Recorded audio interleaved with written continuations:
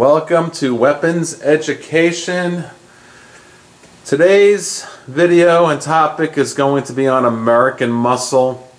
Three of the top firearm manufacturers in the United States of America we'll discuss, which are Smith & Wesson, Colt, and Ruger. I know there's others. We got the Remingtons and the Winchesters and Springfields. There's a bunch of others. Today let's just focus on these three, and I put some guns on the table, and I want to talk about the guns, and I also want to talk about a little bit of history about the company and themselves, so you can learn a little bit possibly. Let's look at what's on the table. Let me pan out here. Alright, now I put just a couple there for a display to discuss exactly where I think these companies are at and what they're doing. Let's take a look right now at Smith. Where are they at? Well, they are reinventing the wheel in the 1911. I give them a lot of credit with this beautiful E-Series. I highly recommend it. I shot this twice now, and the scandium frame, everything about this firearm is absolutely perfect. I rank it way up there with all the other top 1911s. So that E-Series is not only sexy looking, it's got the rounded off butt, it's got all the fish scales, scandium frame, very lightweight, less than 30 ounces, super high quality, very tight tolerances. Highly recommend that from Smith. Now what else I have on the table here is one of my favorite pocket pistols, is this beautiful, very small J-frame M&P 340, and the letter C as in cat, T as in Tom, CT, and that's a pricey little pistol. It's retails for $1,129, but I think it's worth every penny. You won't pay retail, but it's worth every penny because it's a .357 Magnum that weighs, I don't know offhand, it's extremely lightweight. It's awesome. Laser, internal hammer. I love that .357 Magnum, and I think Smith has really evolved. And that's what they've been known for throughout their history of Smith. We'll get to the history in a moment, is their revolvers. And then look, I'm going to go back to this again. Look where they're coming now. I mean, look at the 1911s they're making. They're up there with the other competition, so you can't knock Smith. I tell you what, they are a top-notch company. And here, look at that .357 Magnum.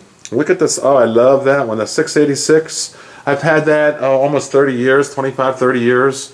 And that's got a good, I don't know, 10, 15,000 rounds. For 5-8 years, I must have shot that three days a week and just non-stop.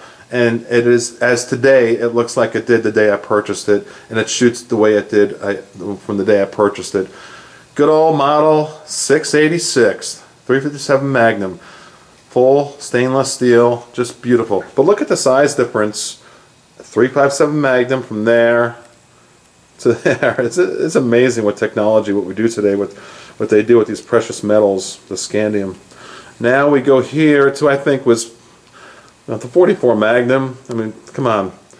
Is that the most famous revolver ever made? I don't know. I'm just talking out loud. I want your input. It's pretty famous, from the 1971 movie Dirty Harry. And it's one of my favorite revolvers because I love the round, the .44 Magnum round. I love this one. It's from the Performance Center.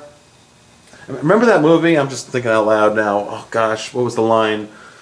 Remember when Clint Eastwood was eating a hot dog, and he's sitting there, and he didn't want to be bothered, and all of a sudden, the car comes, and there was a robbery going on, and the bad guy's driving in the car, and Clint, he has to walk with his hot dog with the ketchup on it, and he goes boom, and he shoots the car, and boom, with a .44 Magnum, boom.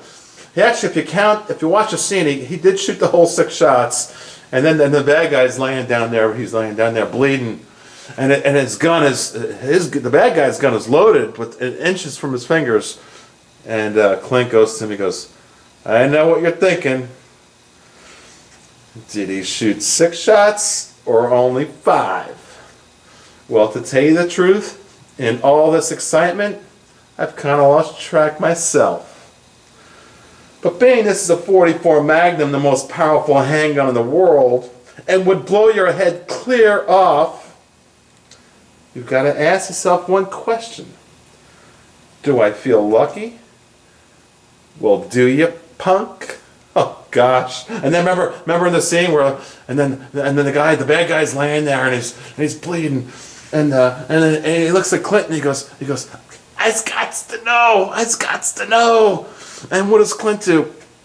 Clint takes his gun and he goes, points at his head, and the bad guy goes, the look on his face, and Clint goes, and he just chuckled, and he was upset he had ketchup on his suit. What a classic scene. So that scene did help put the .44 Magnum on the map. Let's see what else is on the table. Now, I really got to give Smith credit for doing this. Look at the 500 Magnum, the most powerful production handgun on the planet right now. In production, oh my gosh, you just got to respect Smith for building that just in itself. You got to have respect for the company for that. The big giant X frame. Okay, we're going to look at a Ruger here. Okay, this is a Ruger Super Red Hawk Alaskan 4.54 Casull, and this shoots both the .45 Long Colt and the 4.54 Casull. I don't think you've seen this one yet. Let me zoom in on it. That's pretty sweet. There you go. Beautiful, beautiful revolver. Ruger is a spectacular company. Okay, and what I have to the left is a couple of Colts. This Colt here, oh my gosh, this is an old one. This is the government model Delta Elite 10mm. If you've watched my channel, you know that is kind of my favorite round. I just like it. That is being sent back to Colt. I spoke to them today, along with Smith. I'm getting to have some pretty good contacts at the companies. But I spoke to Colt, and they're going to take care of me and refurbish that whole entire slide. Thank you for your suggestions when I asked about this, by the way, you loyal viewers. You were right. Let me just talk to the manufacturer direct. They're going to make that slide brand new. Let me show you before and after. So this is before. It's old. This is from, I think, 84 or something like that. So you see it's scratched up. When I was a kid, I kind of was a little careless with my guns. So we'll get that brought back to brand new 10mm. And to the left is brand new 2011 a Colt railgun. So this video is both cool eye candy, gun candy, and just cherish these cool guns. And now let's talk about the three manufacturers, okay? Let's talk about American-made guns. We'll talk about the others, like I said, like the Springfield. I want to get a new Springfield 1911, actually. Let me know which one you would buy if you were going to buy one. All right, now let's start with Smith & Wesson. I'll zoom in on, well, let's zoom in on this while I speak, because it's probably the prettiest one on the table. I'm not necessarily saying it's the best. It is awesome. They're all good. Let me just zoom in there and hold it, and I'll tell you about the history of Smith & Wesson briefly. Smith & Wesson goes back to 1852, the company. Two gentlemen named Horace Smith and Daniel Wesson in the city called Springfield, Massachusetts, became business partners. And all my research, by the way, I'm just talking out loud, what I'm finding about these successful gun companies way back in the 1800s was it usually took sometimes two people to make a successful gun company. And in this case, it was Horace Smith and Daniel Wesson. And what they did was just absolutely genius. Horace was a gunsmith, he was an inventor, and the key word here, he was also a businessman. Now back in the 1800s, to be a gunsmith and getting your hands dirty and pounding out all that steel and working with that stuff back then, it was pretty rare to also be a brilliant businessman. So that's what he was. And then Daniel Wesson, boy, he was also developing firearms simultaneously, and their partnership was poetry in motion. Because one of the things, and I'm just saying here, is one of the things that makes partnerships work is absolutely total honesty. As a matter of fact, in my life, I've had a couple of really good partnerships. One in particular, oh my gosh, He recently retired, and I'll just call him Bill for the sake of it. And I said, Bill, complete honesty is what makes a successful business partnership. If I would call Bill and ask, well, hey, where are you at? What are you doing on a cell phone? He goes, I'm getting gas, I'm at Mobile. Okay. And 2 days later, if I were to find out he was really at Chevron, something that's silly, that would tarnish the relationship. So what I find out in my research with these gun partnerships, these companies who had partnerships, like we'll talk about Ruger in a moment, two people, is they had a relationship where they never lied to each other. And that's key. That's key to everything, marriage and everything. All right, let's not get off track here. Okay, now let's talk about Smith a little bit more. The company is, I'll tell you right now, it is the largest manufacturer of handguns in the United States. That's a pretty powerful statement. The largest manufacturer of handguns in the United States. I did a video called The Birth of the .40 caliber. It's pretty cool because in 1986 the FBI was looking for a new load after they had the worst entire shootout and deaths of FBI agents, and Smith came right there and they said, all right, well, they were using 357s, but they were using within them they were using 38 plus Ps, and it wasn't powerful enough to protect their lives on that deadly day in 1986. And so Smith came in and said, all right, well, we'll give you 10 millimeters, and the 10 millimeters were too powerful, and then Smith came in and said, we'll give you the .40 caliber. My point is, Smith is not only an amazing manufacturer of firearms, but they're an amazing manufacturer of ammunition. So just think about it. If it wasn't, think of all the different ammos that you see S&W on when you go purchase it at the store.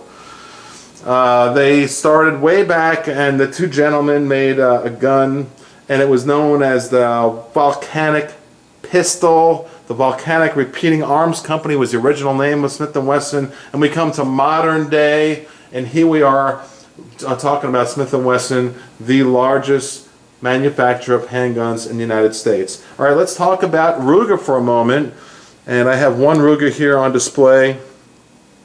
I need to get some more. If you were to get another Ruger, just give me your input. I like to hear it. More for the channel, more for us to review and talk about. And Ruger started in 1949, not that long ago actually. Connecticut. They focus on 4 different types of firearms: rifles, shotguns, semi-automatic pistols, and revolvers. You know, they employ 1,100 people. That's awesome for America. I didn't mention this about Smith. Let me go back to Smith. Let's look at this Smith right here. They employ approximately 1,500 people in Springfield, Massachusetts. You got to love that about these companies. They're employing Americans. I love all companies. I'm just talking, this is American Muscle video right now. Now let's talk more about Ruger. Let me go back to the Ruger. Get off track here. Okay. Ruger, 4.54 Koshul. Very powerful round. There's a good comparison, by the way, of the size of the frame from a 4.54 to a 500 Magnum. They're both snub noses. I'm into the short barrels. That's just me. Whatever is your flavor. It doesn't matter. So there you have the two. And Ruger, the two gentlemen, actually, the company is called, corporation-wise, is called Sturm, Ruger and Company Incorporated. And there was two gentlemen way back in 1949, not all that long ago, like I said, William Ruger and Alexander McCormick Sturm. So there you have the corporation which we have today, the formal corporation, Sturm, Ruger and Company, and it's well known as just Ruger. Well, these two gentlemen, as many major corporations, started very small, kind of like Google, when they started out of a garage. They partnered up, and they were honest with each other. They had a good rhythm going, poetry in motion, no lies, and these gentlemen were brilliant, and they started out in an extremely small little machine shop. And what they did was they duplicated two what's called Nambu pistols. in a garage. Very cool. And from there, Ruger decided to incorporate the looks of the German 9mm Luger and the American Colt Woodsman into their first commercially produced .22 caliber pistol. We know Ruger's really well known for the .22s. And it became so successful that it launched the entire company, which is now publicly traded, huge, monstrous company. So there you have a little story about Ruger. I gave you a little story about Smith, and a little story about Colt. Colt is such an elaborate story. What's on the table here I showed you earlier is this Delta Elite, which is getting refurbished. Samuel Colt is such a special person that it requires a whole entire different video. But what I will say, it started about 160 years ago, and Samuel Colt was an obscure, he was a young seaman. And what he did was, with these brilliant minds, just think of what these guys do. Let's look at the railgun, because that's brand new for 11. Let me focus in on that. And what Samuel Colt did, he did a lot for firearms. I mean, he was right up there with Browning. I mean, just amazing. What he did was he carved out a piece of wood which became a model that was designed to become the world's most famous revolver. These geniuses, they're planners, they're dreamers, and they will not stop. They're relentless in their pursuit for whatever they're trying to achieve. Kind of like, I don't know if I can relate it to a movie star, but Sylvester Stallone. He's one of my favorites, actors of all time. When you look at the story of Sylvester, whose father just died yesterday, lives about 10 minutes from me. It's all over the newspapers down here in South Florida. This is being made in mid-July 2011, and Sly's father just died. But the people like that, they're like Sylvester Stallone, who the whole story behind how he started the Rocky, he was offered $300,000 for his script, and then said, no. If I don't act in this movie, I'm not selling the script. Even though he was down and out, had no money, he stood up for what he wanted. Similar to the people that I'm discussing here, the Horace Smiths, the Daniel Wessons, the people from Ruger, these brilliant gentlemen who created partnerships and just would not stop for their pursuit of success. Colt Manufacturing Company LLC, as we speak today, is just a few miles away from where Samuel Colt's original Hartford, Connecticut armory was way back when, and they maintain a position as one of the world's leading gun manufacturers. Well, there's my little tribute to 3 different gun manufacturers. Let me pan out and show you them again. Good old American muscle. Alright, thank you so much. You know how much I care about all of you. Appreciate the kind comments. Keep them rolling in. Thumbs up, guys and gals. Check it out. Bye-bye.